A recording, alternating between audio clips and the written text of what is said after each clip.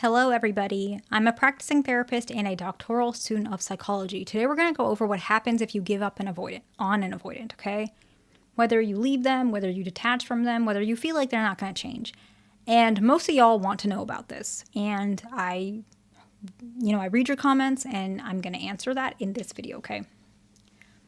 So typically what happens is you're going to see this in stages. But let's first talk about what giving up actually means, and then we're going to talk about the stages, summarize, and then we'll wrap it up, okay? So, when you give up on an avoidant, some of you guys give up emotionally. So you guys are still with them, but you're detached from them. To be honest, this is a very common dynamic I see in couples therapy. And this one has a different type of stage. And that one's really easy to kind of express because there's almost like only 2 stages, okay? And so we'll talk about that in a little bit. But what happens? Why do they give up? A lot of times in couples therapy, the couple comes into therapy because one or both partners feel like there's an issue, okay? I'm going to give 2 examples of things that I see a lot, okay? Let's say the anxious preoccupied is the one who wanted therapy, okay? So their issue might be, I don't know, we haven't had intimacy in the bedroom for 2 years. Really, really common. One of the most common reasons people come in for couples therapy for attachment issues, okay? My partner, he's pulling away in bed. Let's just say that's what's happening. And she might be saying, I don't want to invest further in this relationship because we haven't, had any intimacy and I don't think he cares about me. And then he's telling me, oh, that's not the issue. It's not her at all. I get pressured. I feel uncomfortable. I feel like I'm a failure. I don't know how to explain this to her. She keeps asking about it. And the more she asks about it, the more, I feel like a failure and I pull away even more. And that's why she came into therapy, okay? And a part of her is saying, I don't know how much more I can invest in this relationship unless he changes. So she's giving up, okay? That's one version of giving up where she's fed up. Likely this type of partner is either, she's going to accept what he's saying and process it, and then he's going to lean in. That's usually how we do it in couples therapy. She's trying to accept his paradigm, and then he's trying to lean in and compromise more. That's usually the best solution for a situation like that. That's just therapy talk. We don't need to talk about that, okay? But let's just say that didn't happen. And she's like, you know what? I can't stay. I'm unhappy. And she dumps him, okay? So that's one version of giving up. She left him, okay? Another version of giving up, which is more common when there's a fearful avoidant and a dismissive avoidant, at least from my understanding as a therapist, is the dismissive avoidant, let's flip it. Dismissive avoidant male, fearful avoidant female. Dismissive avoidant is the one who's wanting to go to therapy. And it's because he feels like what changed in her. She used to be so open and now she's completely detached and I feel like she doesn't like me and I feel like she's going to leave me. I don't know what to do. Let's fix this. And he's kind of dragging her into therapy, even though he's not expecting what he's preparing for, but he's trying to do whatever he can because he feels like, okay, she's going to leave. Or maybe she's cheated on him. I hope that didn't happen, but sometimes that happens, right? Because she doesn't feel like her needs are being met, which I'm not saying is an excuse. I'm just giving examples, okay? Or maybe she filed for divorce or she spoke about separation and now he's scrambling and picking up the pieces and doing everything that she asked for, okay? But she's given up. And she's given up emotionally, right? She might even stay. Maybe it wasn't even divorce. Maybe she's just we can just live together separate lives. And she's living like that.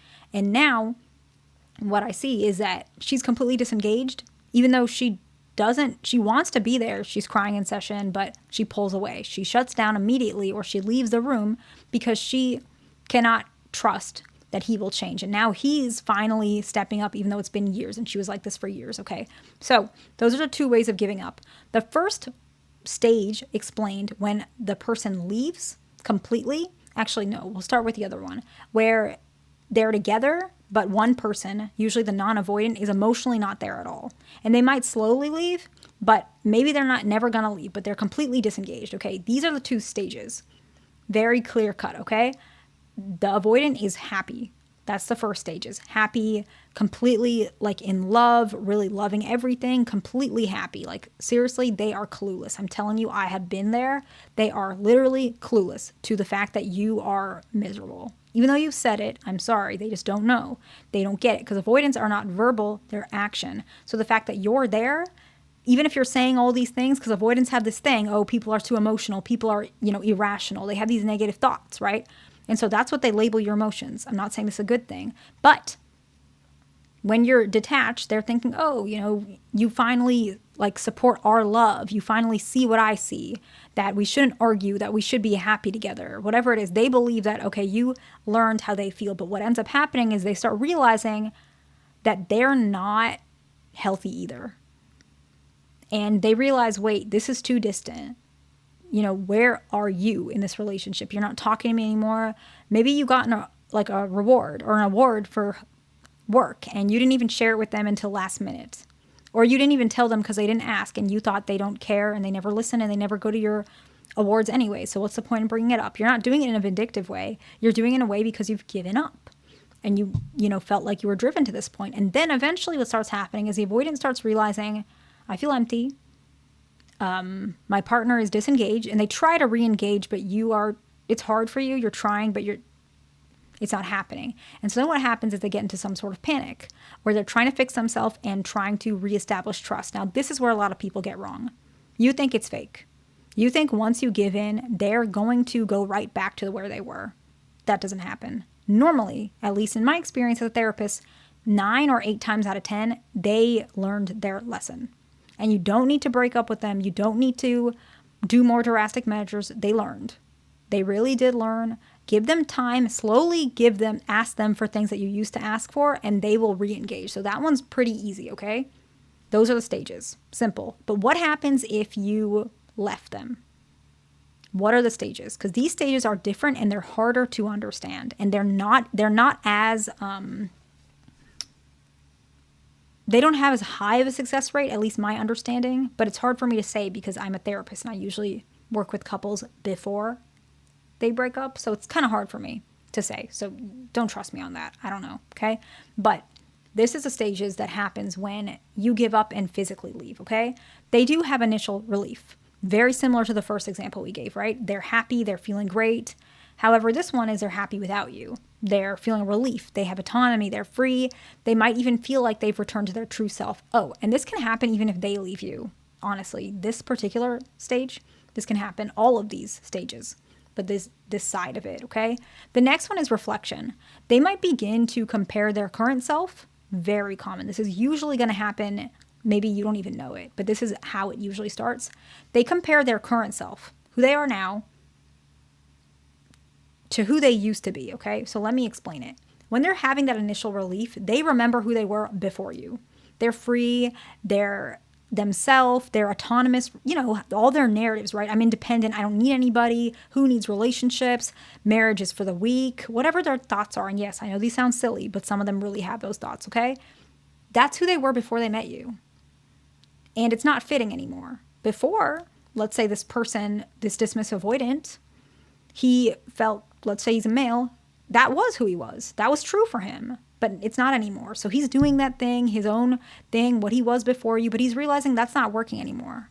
He's changed. And so this is the reflection stage, the second one. He starts to compare his current self to who he was before the relationship to who he is now. And he realizes that he's changed. And he starts questioning his past actions. Is that really who he is? Is he really the person who needs this much autonomy? Does he really not need relationships or marriage? And then what ends up happening is this hypothetical man starts to wonder if you were unhappy and that contributed to the breakup. Is that why this didn't work? Because I made a mistake and I was leaning into my, the version of who I thought was right, but is no longer right. And I made this, terrible mistake, right? They get reflection, okay? So then after the reflection, sometimes what happens is numbing and denial, okay?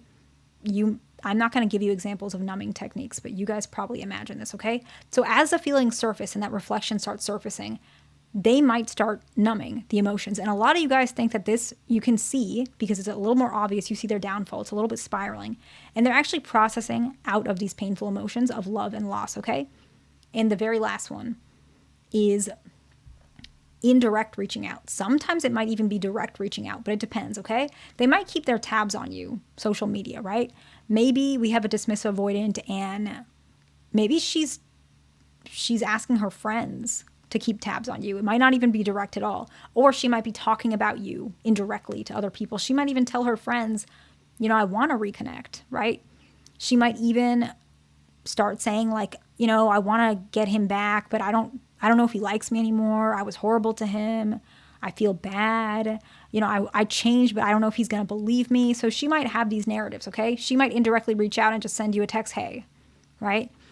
Or she might say, I hope you're doing okay. She might even say, I miss you. And then at this point, you can either reach out or you can wait a little bit to see if she's going to take initiative, but that's going to take a lot longer, okay? And so those are kind of the things that happen when you give up on an avoidance. So let's summarize. So the first way is if you give up and you're emotionally detached, but you're still physically there, very quick 2 stages, okay? They're happy and living on cloud 9. They're so happy. And then they realize that you're emotionally disengaged and now they want you back and they're going to try and change. And usually they do. That's way more common in marriages, okay? Or long-term relationships. Usually I would say 4+ years, I want to say. That might not even be a good number, but it's usually if there's a deep sense of attachment. You guys have either said, I love you, or there's some sort of commitment that's obvious, okay? The next one is more common if the commitment was a little bit more of the issue. Maybe you guys were on different terms throughout the entire relationship, so a lot more butting heads. You might have given up physically, and you might have literally left, or they left you, whatever it is, and they have initial stage of relief, then they have reflection, then they have numbing and denial, and then they have either indirect or direct reaching out. I hope this video was helpful to somebody. Please like, subscribe. I'll see you in the next one.